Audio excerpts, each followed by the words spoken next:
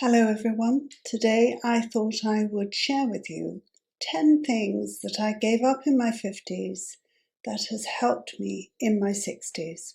And as I'm getting no younger, and I'm 68, I had better get a wriggle on.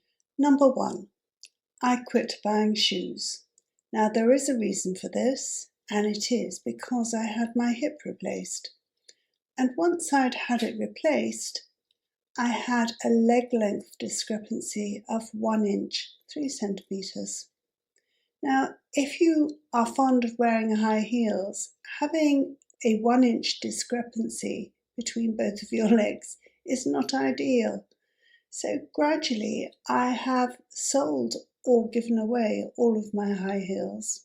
And now I wear MBT trainers, or I wear Ugg boots. Now, don't judge me, they are comfy, but the reason why I wear those in the winter is because I can put a little insole in. It's a little wedge that levels me up a little bit. Number 2, I quit wearing tight clothes. Now, this is a common thing with older people. They just don't want to fit into something that is uncomfortable. There's no need. I don't want to feel like as soon as I've eaten that I have to undo my top button. Or when I sit down, I don't want to feel like I have to adjust my trousers because, they're going somewhere I don't want them to go. So I stopped it. And I prefer loose clothing with an elasticated waist because it's so much less bother. And you're not constantly thinking about how uncomfortable you are. Number 3, I quit feeling pressurized to keep a perfect home. Now, don't get me wrong, I don't live in a hovel, far from it, but I don't worry about it quite so much as I did. I also gave myself permission to have a lady come in once a fortnight and clean for me.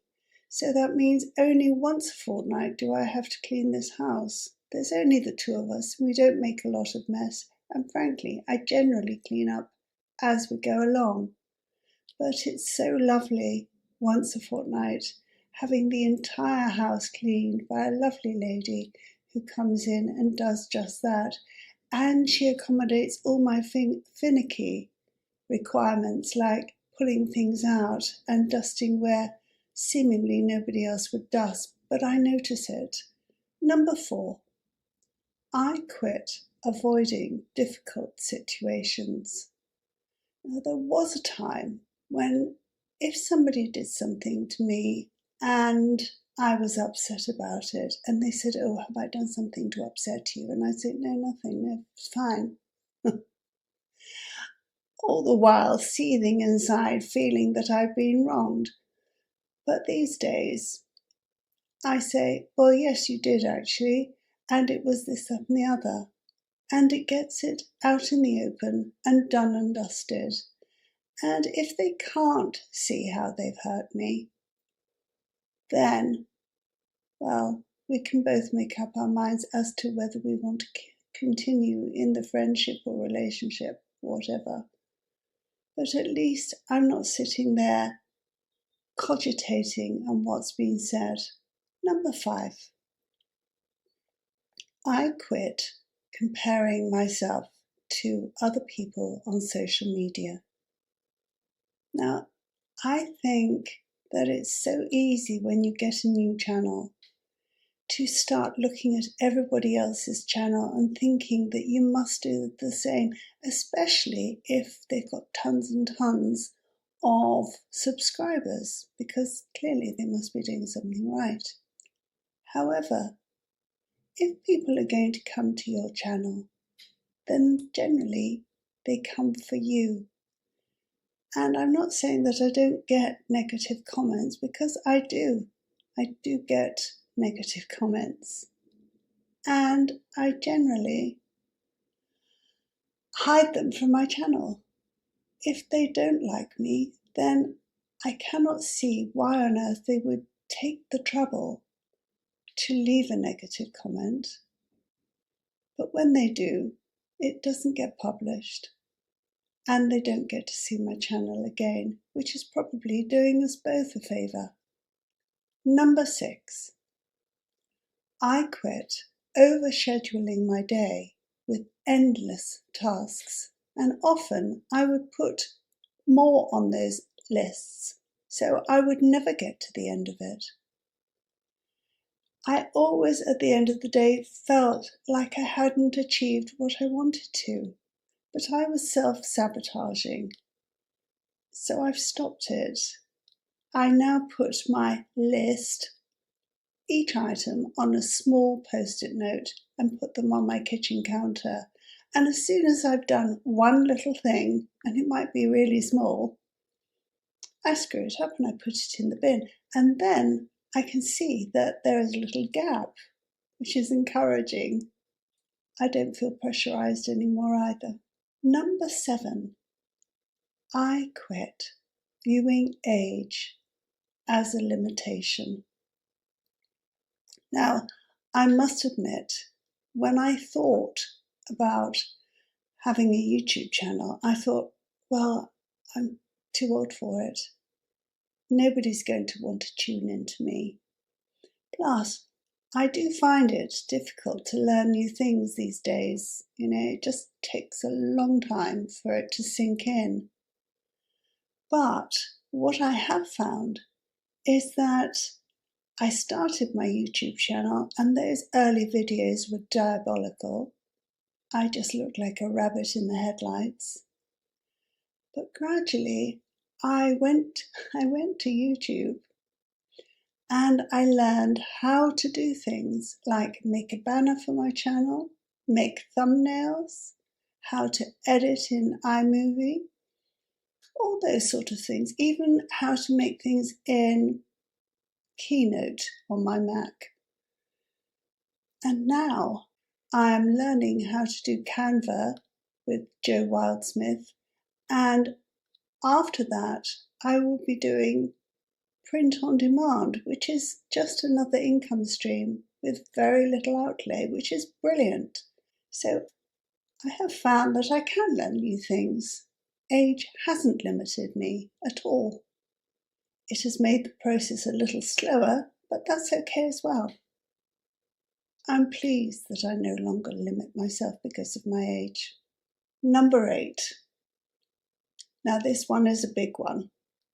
I have stopped buying things that I don't need.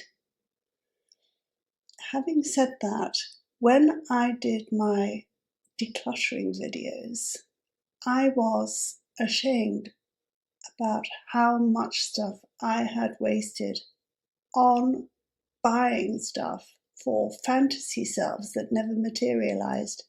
In my loft, I had yards and yards and yards and yards of brand new fabric that I hadn't touched.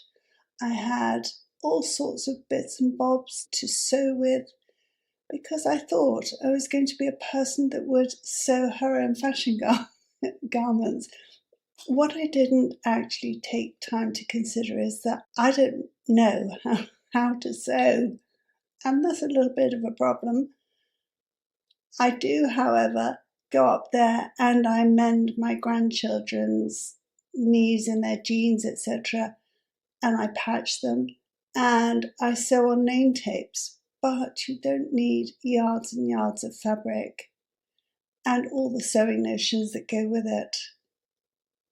So I stopped and I cleared it all out, and I do feel a lot better for it. I'm really careful about what I buy now. Do I need it? Well, yes, especially if it's paint. And then I buy it. Number 9, I quit saying yes to things that no longer bring me joy.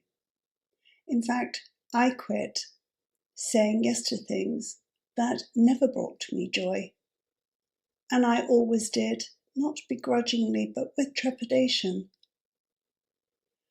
So I have quit going on holiday.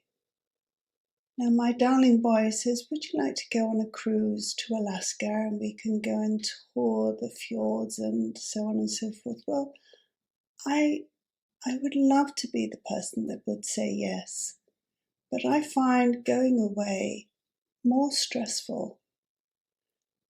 Weeks before, in fact, as soon as it's booked, I start stressing.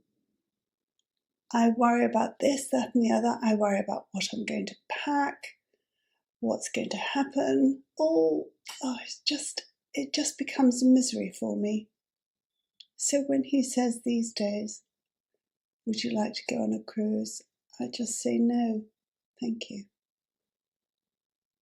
I prefer to stay at home.